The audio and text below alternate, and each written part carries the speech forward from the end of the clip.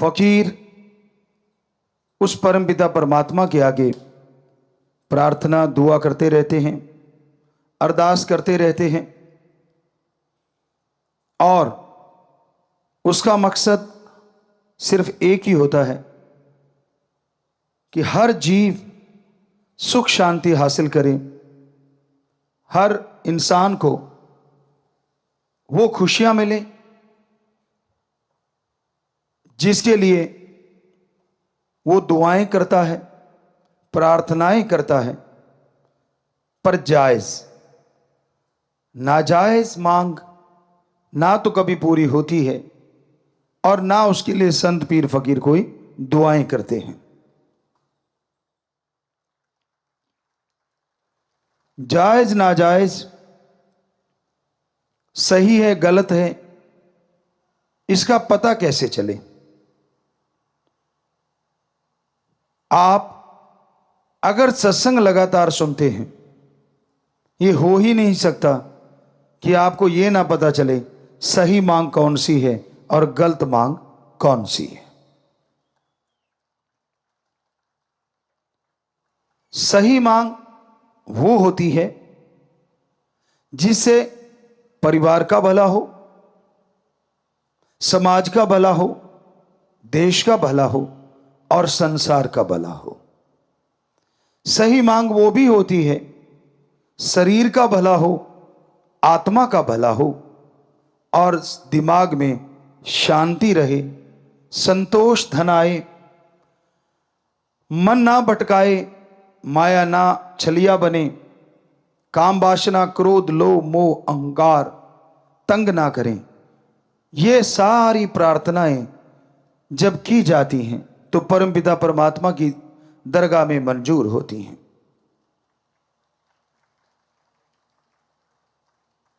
इसके अलावा आदमी तो बहुत कुछ मांगता है, मुझे ये दे दो, मुझे वो दे दो, पर सूफियत में सच्चा भक्त मानता है, हे मेरे परमपिता परमात्मा, मुझे वो देना जो तेरे दर के करीब करे, कभी दूर ना करे।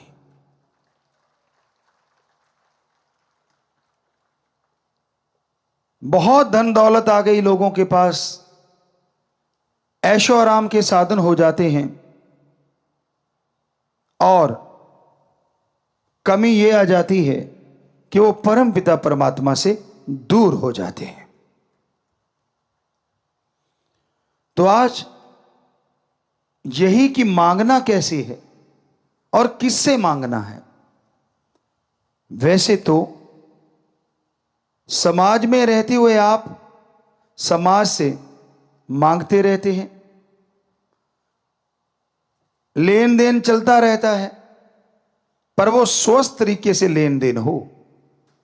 जुबान के पक्के बनो, और जो जुबान के पक्के होते हैं उन पे ही समाज में विश्वास किया जाता है, यकीन किया जाता है। जो जुबान के कच्चे होते हैं, घर वाले यकीन नहीं करते, समाज तो क्या करेगा।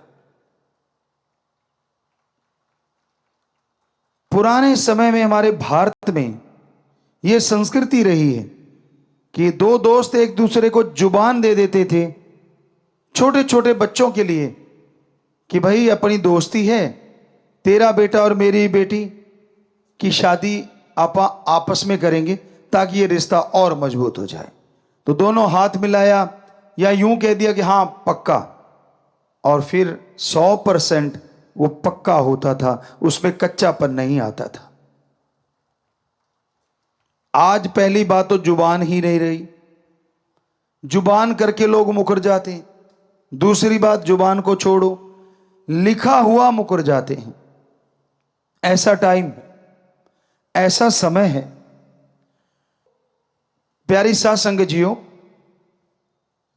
इंसान जब मांगने बैठता है उसे यह लगता है कि मैं तो जायज ही मांगता हूं, नाजायज मांगता नहीं। आप उस बच्चे की तरह हो जो छोटे से होता है, बिल्कुल छोटी सी उम्र में सांप को देख के कहता है मैंने पकड़ना है, कोयले को देख के कहता है मैंने खाना है।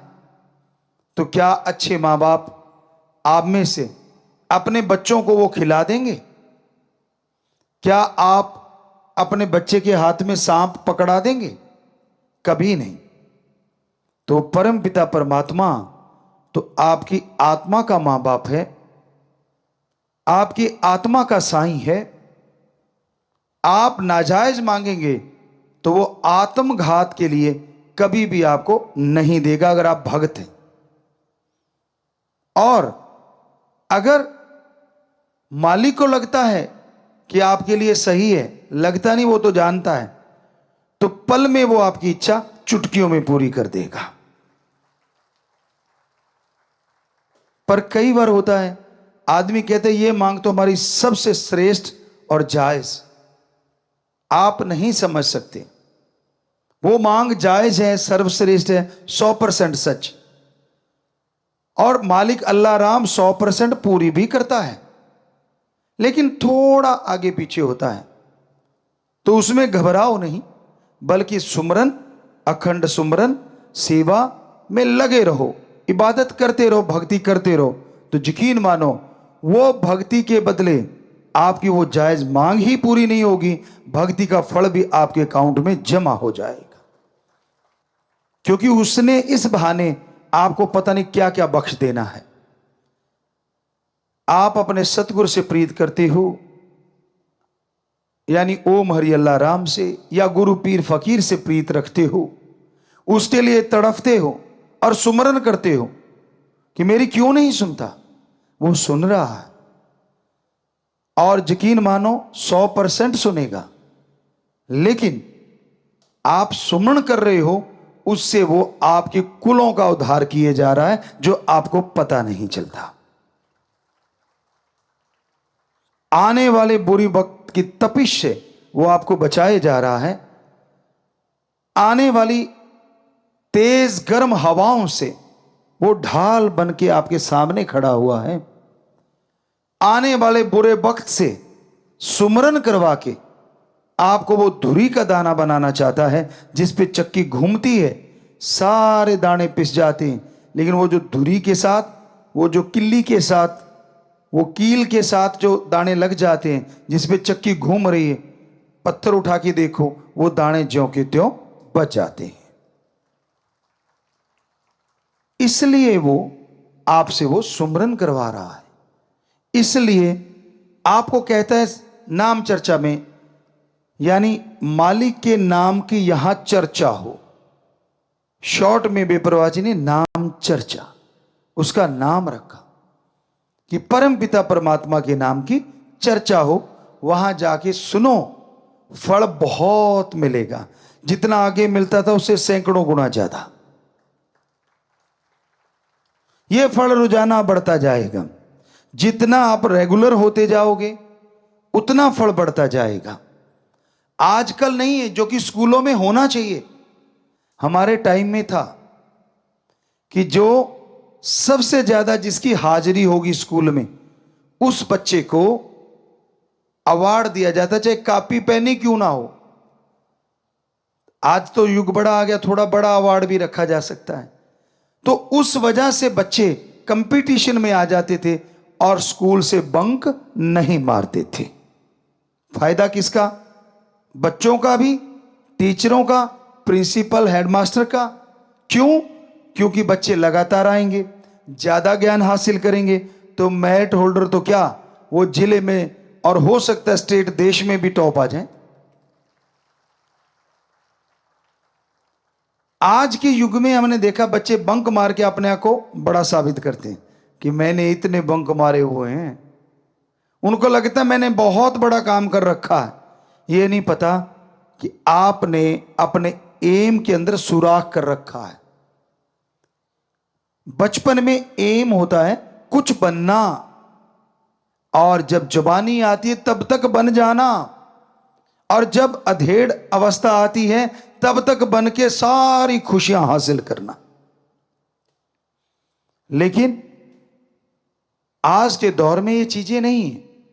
तो हमारे वहां बच्चों के एक तरह का गुरुकुल ही है वो, और माँ बाप आते थे तो सिखाया जाता था कि जब वो माँ बाप का दिन आए बात बाद में करना, पहले अपने माँ बाप के पांव छूने हैं झुक के। ये इसके पीछे बहुत बड़ी साइंस है, बहुत बड़ी विज्ञान है। आप झुकते हैं तो वो जो पांव को छूना और एक सिर पे हाथ का आना, इसके अंदर बहुत बड़ी साइंस छुपी हुई है। झुकना सिखाता है कि धर्म कहते हैं कि दीनता, नम्रता। आपकी ईगो फिर हार्ट नहीं होगी अगर आप आज झुकना सीख जाते हैं।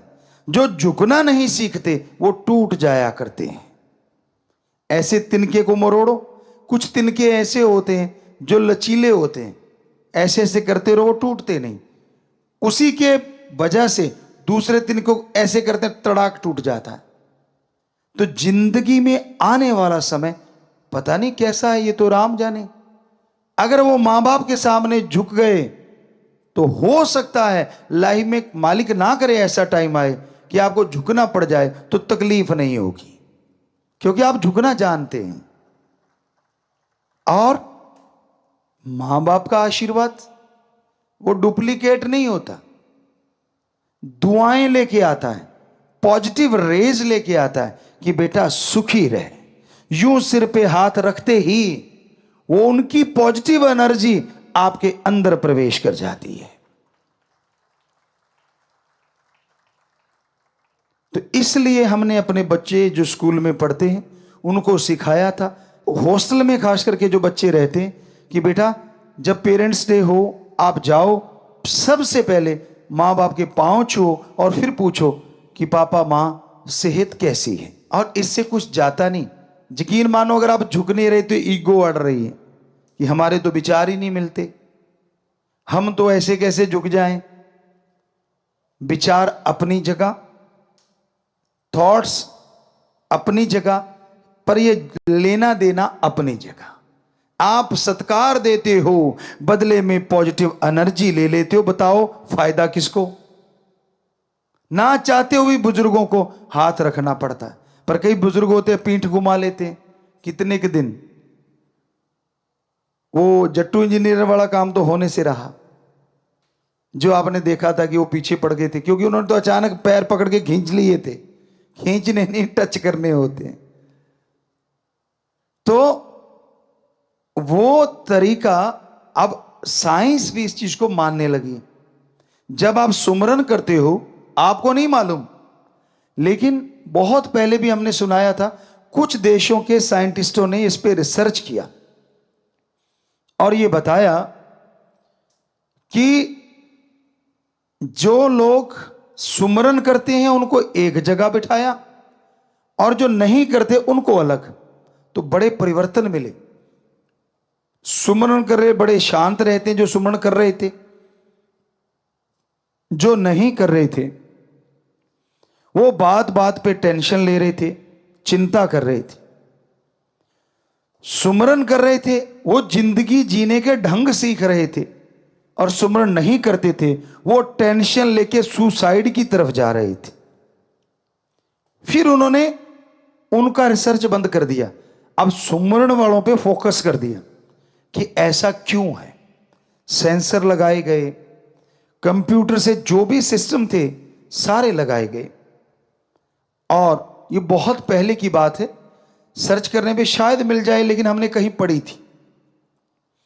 तो उन्होंने फिर ये देखा कुछ दिनों के बाद कि एक रेज आ रही हैं और वो रेज आसमान की तरफ से आ रही हैं, और जो सुमरन कर रहा है, मेडिटेशन कर रहा है, वो रेज आके उसके दिमाग पे यूं किरणें, आपने देखा ना कई बार कि ऐसे आपने फोटो में ये तो एक कंप्यूटराइज्ड चीजें होती हैं कि यूं हाथ की और यहां से एक लाइट निकली, आप देखते होंगे डॉक्यूमेंट्री वगैरह में, तो वो लाइट पड़ रही है, वो 100% सच होता है। ऊपर से रेज आती है और वो माइंड में टकराती है, ये साइंटिस्ट कह रहे हैं, और उनके अंदर माइंड में परिवर्तन आने शुरू हो जाते हैं। डीएनए के जो सेल्स हैं वो मजबूत होते हैं, अंदर डीएनए पनप रहा है, वो और स्ट्रांग होता चला जाता है। फिर उन्होंने सोचा इन रेज का पीछा किया जाए। जब उन्होंने उस रेज का पीछा किया तो एक हद के बाद पता नहीं चला वो रेज आ कहां से रही, क्योंकि इनकी जो साइंस की जो दायरा है वो ब्रह्मांड के अंदर तक का है, और वो ब्रह्मांड से पार से आती हैं रेज। किससे आती हैं? ओम, एक ओंकार, अल्लाह, गॉड, सुप्रीम पावर से आती है। क्या संत पीर फकीर आशीर्वाद देते उससे भी रेज आती? जी हां, आती हैं। क्यों आती हैं? क्योंकि उनका हाथ पार ब्रह्म उस परमपिता परमात्मा से जुड़ा होता है। साइंस के अकॉर्डिंग उनकी सिक्स सेंस हमेशा मालिक से कनेक्ट रहती है। इसका मतलब यह नहीं कि उनकी सिक्स सेंस यहां काम नहीं करती, बल्कि आपसे कई गुना ज्यादा उनकी सिक्स सेंस यहां भी काम करती है। यह कैसे पॉसिबल है? यही वो अनसुलझी पहेली है जिसे साइंस शायद ही कभी सुलझा पाए, पर धर्म सुलझाते हैं। कैसे? संत पीर फकीर जैसे आपको बताया बनाए नहीं जाते, वो पैदा होते। फर्स्ट जब वो आत्मा गर्भ में आती तो परम पिता परमात्मा के अंश तो सारी आत्माएं होती हैं, पर वो उस मालिक से डायरेक्ट उस बॉडी में आती। बाकी जन्म भोग के आती, 84 लाख जूने भोग के आती। पर जो संत आज से पहले हमारे महापुरुष हुए, जितने भी संत सच्चे रूहानी सूफी संत आए, बहुत आए सारे धर्मों में, वो डायरेक्ट उस ओम का अंश होते हैं, ना कि जन्मों मरणों में घूमी हुई आत्मा होते हैं। तो अब पता नहीं 84 लाख जूनियों में कितने बार चक्कर लगा चुकी आत्मा। एक तो वो है मनुष्य के शरीर में, और एक वो है जिसे भगवान ने डायरेक्ट अपना अंश बना के भेज दिया। तो नेचुरली वो जो घूम घुमा के आई है, वो तो संचित कर्म इकट्ठे किए बैठी है। उनको भोगते भोगते कभी गुस्से हो जाती है, कभी सतगुरु राम से भी मुनकर, कभी कुछ कभी कुछ कभी कुछ।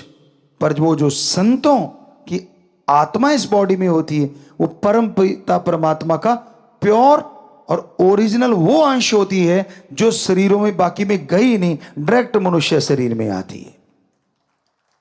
इसलिए वो क्योंकि डायरेक्ट आई है तो उसका कनेक्शन भी गर्भ में भी मालिक से डायरेक्ट होता है। बाहर तो छोड़ो, आप अब कनेक्शन डायरेक्ट है। तो जब वो आशीर्वाद या वो बात कहें या वो आंखों से निहार दें, असर किन पे पड़ता है? इन रेज का।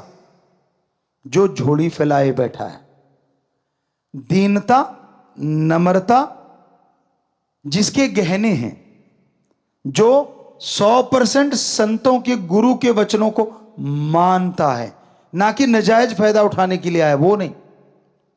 जो अपने पीर फकीर से दृढ़ यकीन रखता है। इसलिए हमने आपसे हमेशा दो ही तोहफे मांगे, बचनों पे पक्के रहो और दृढ़ यकीन रखो, तो नेचुरली प्रीत बढ़ेगी। और फिर आप देखोगे कि एक नजर भी अगर टकरा गई तो पता नहीं क्या से क्या दिखा दे। ये हमारी कोई औकात नहीं, ये तो उस परमपिता परमात्मा की हम रहमत कृपा बता रहे हैं कि ये उसने किया होता है।